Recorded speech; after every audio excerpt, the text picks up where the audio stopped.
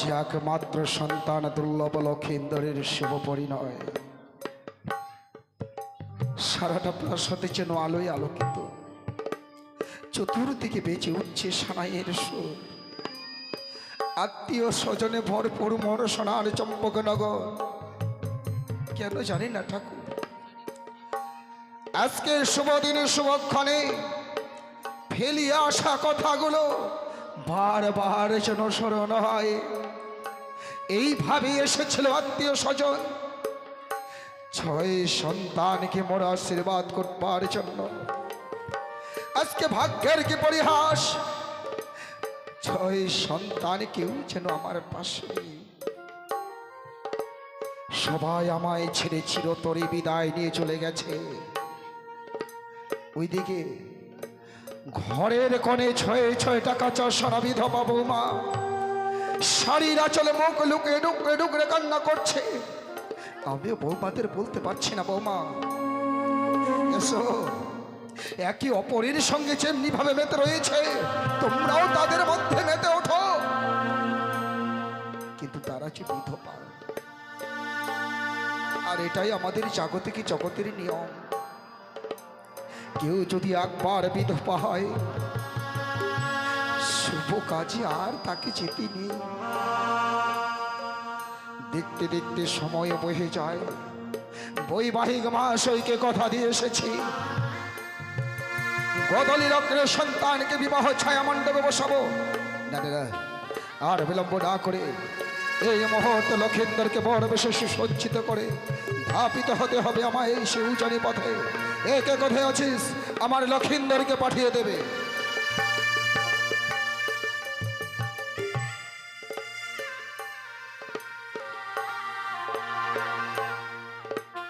আপনার চরণে প্রণাম জানাই পিতা। আশীর্বাদ করি পুত্র, দীর্ঘায়ু হোক তোমার।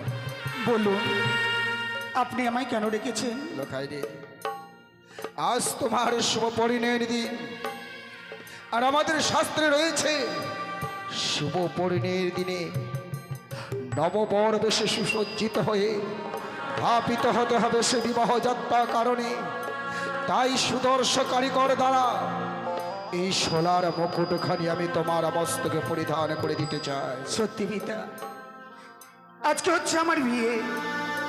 এই বিয়ের দিনে আপনার হস্ত এই সোলার মুকুটখানা দেখে আমি বুঝতে পেরেছি মা তো আমাকে সব দিয়েই সাজিয়ে দিয়েছে, শুধুমাত্র এই মালা মুকুট ছাড়া।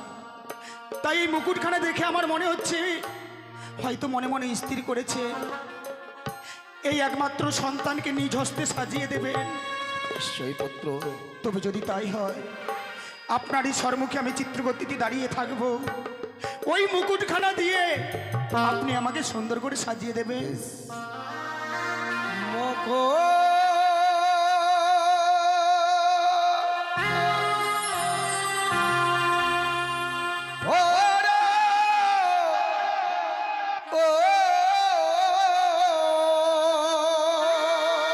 পিতা, ওরে আমার লোকা,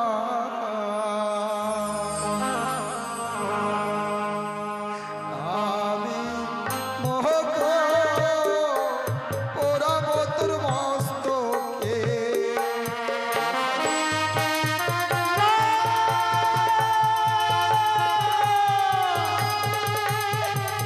না পিতা, ওই মুকুটখানা আমি মস্তকে ধারণ করতে পারবো না, পারবো না গো।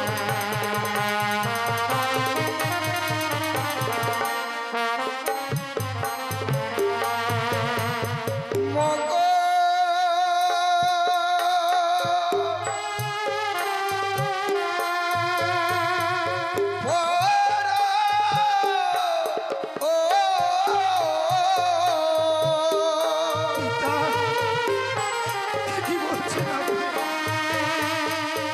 ওরে আমার লোকা, পিতা গো, আমি মোহক ভরাব তোর মস্তকে।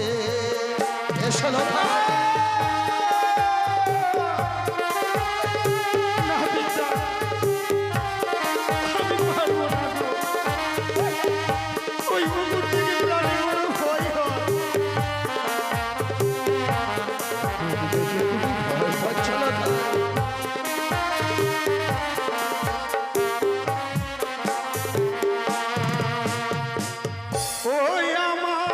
মাথায় মুকুট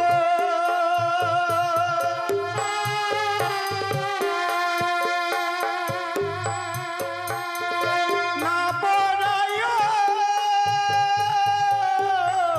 ওহো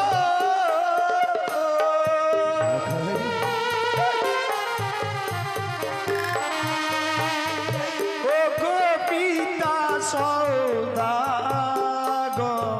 কি বলছিস লোকাই? ওই মুকুটি দেখিয়া ভয় লাগে রানী মুড়ি কাঁদে গো লোকাই,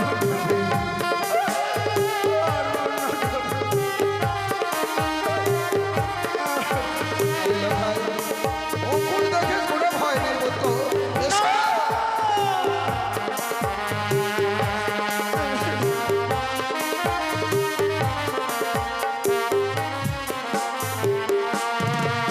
ওই না মুকুটের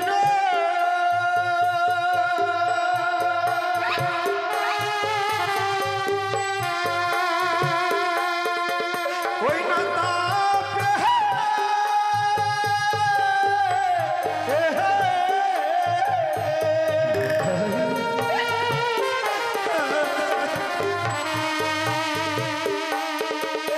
ওই না মস্তক আমারি কাঁপে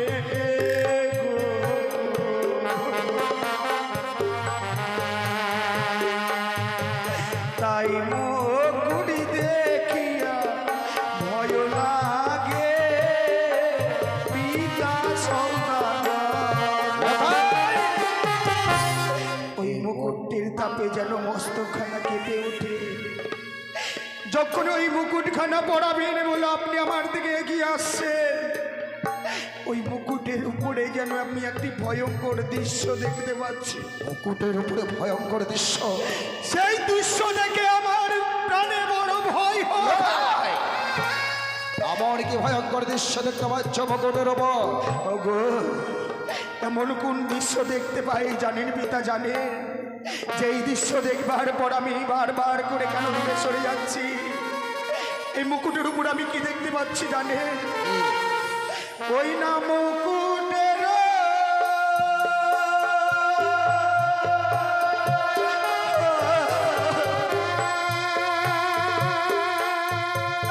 ওই না উপরে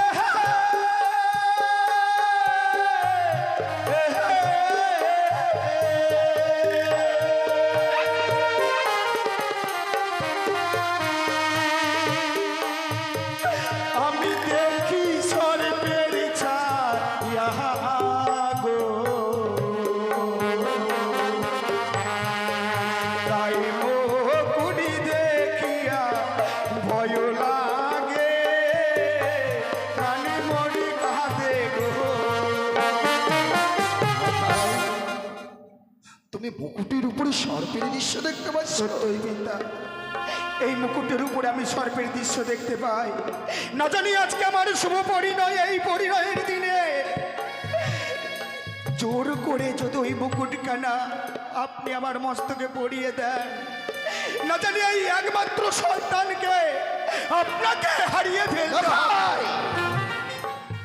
ওরে কোনো পিতাই পারবে না পুত্র, কোনো পিতাই পারবে না সন্তানের মস্তকে সর্পের মুকুট পরিধান করে দিতে।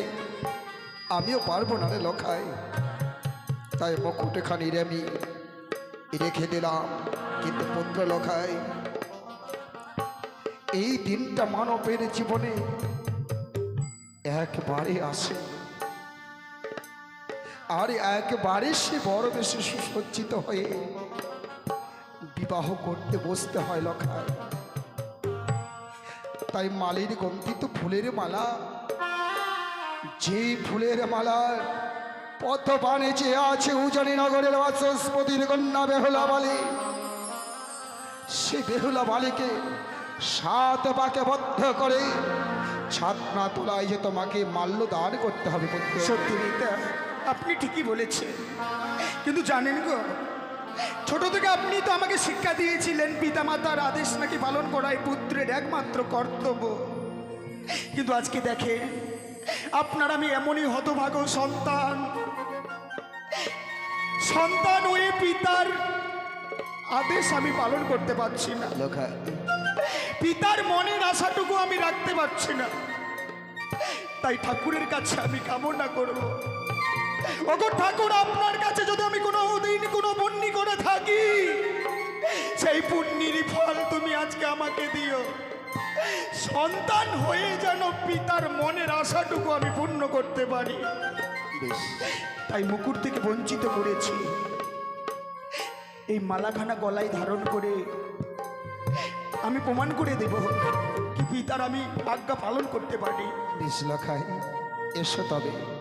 ওই যে মালা পরো ওরে আমার লোখাই,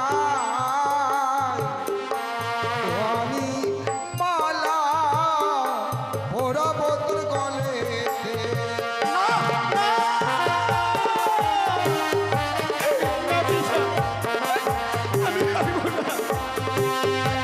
আমি পারবো না গো।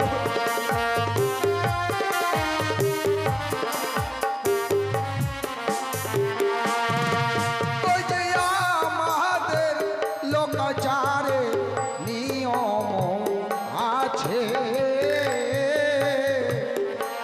ওই যে মালা পরিতে হয় রে। মালা নাহা পরাবে ও গো পিতা সৌদাগর।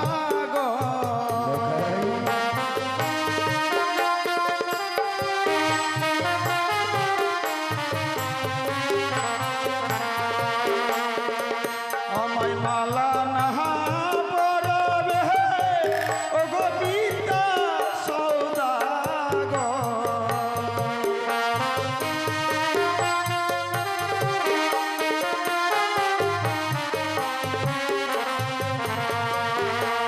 ওই যে মালার উপরে দেখি শরীরের ছায়া গো, ও গো বাবা মালাও দেখিয়া ভয় লাগে। ও গো, যা দৃশ্য দেখেছিলাম ওই মুকুটের উপরে, আমি একই দৃশ্য দেখতে পাই এই মালার উপরে। এই মালার মধ্যেও যে আমি সর্পের দৃশ্য দেখতে পাচ্ছি বিনা। জানি। তুমি মুকুট মালার উপরে কেন সর্পের দৃশ্য দেখতে পাচ্ছ জানো? কেন পিতা? হয় রাক্ষসী বেটিকারী। ও দূর হইতে সর্পের ভয় দেখে চাইছে তোমার বিবাহ ভেঙে দিতে, কিন্তু আমিও তার সর্বচেষ্টা ব্যর্থ করে দেব। আমার হাতে হাতালে যষ্টি নেই দেখে সর্পের ভয় দেখাচ্ছে তো।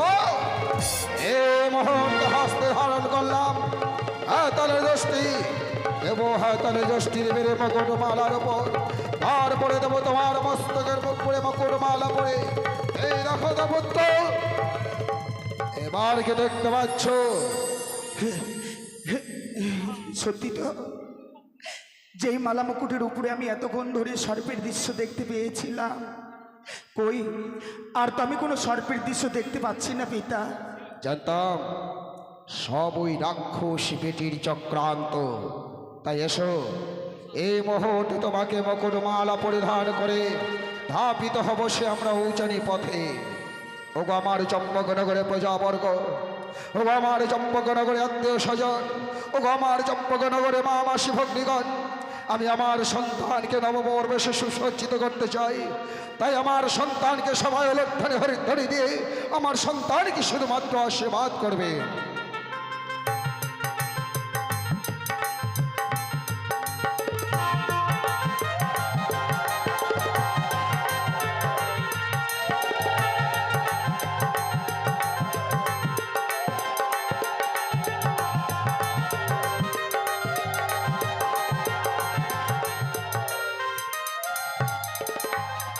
লোকাই, বলুন পিতা। এই মুহূর্তে মনে হয় দেখি গলক বৈকুণ্ঠ থেকে নারায়ণে নেমে এসেছে আমার সোনার চম্পকনগর।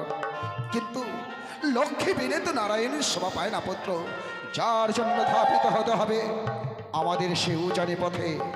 কিন্তু এতদিনই তোমাকে আমি একটা শিক্ষা দিয়ে এসেছিলাম, পিতা স্বর্গ পিতা ধর্ম পিতা হে পরমন্তব পিতা পিতামা পরিণীয়ন্তে সর্বদেবতা। আজ তোমার শুভ পরিণয়, আর এই শুভ পরিণয়ের দিনে তোমাকে যদি নতুন শিক্ষা দিতে চাই। পিতা, এ কি বলছে? আপনার পুত্র আমি, আর এই শুভ দিনে আমাকে নতুন করে শিক্ষা দেবে, আর আপনার সন্তান হয়ে আমি তাকে উপার্জন করব না, তা কি করে হয় বলুন না? আপনি যা বলবেন আজকের দিনে আপনার কথা আমি অক্ষরে অক্ষরে পালন করব গো। শাস্ত্রীও বলেছে, জননী জন্মভূমি স্বর্গত বিগড়িয়সী। ওরে কোন শুভযাত্রা পথে অগ্রসর হওয়ার পূর্বে জন্মদাতা পিতা মাতার চরণে যদি প্রণাম জানিয়ে ওই শুভযাত্রা পথে অগ্রসর হওয়া যায়, তাহলে সেই শুভযাত্রা পথে কখনো কোনোদিনও বিঘ্ন ঘনে আসে না পুত্র।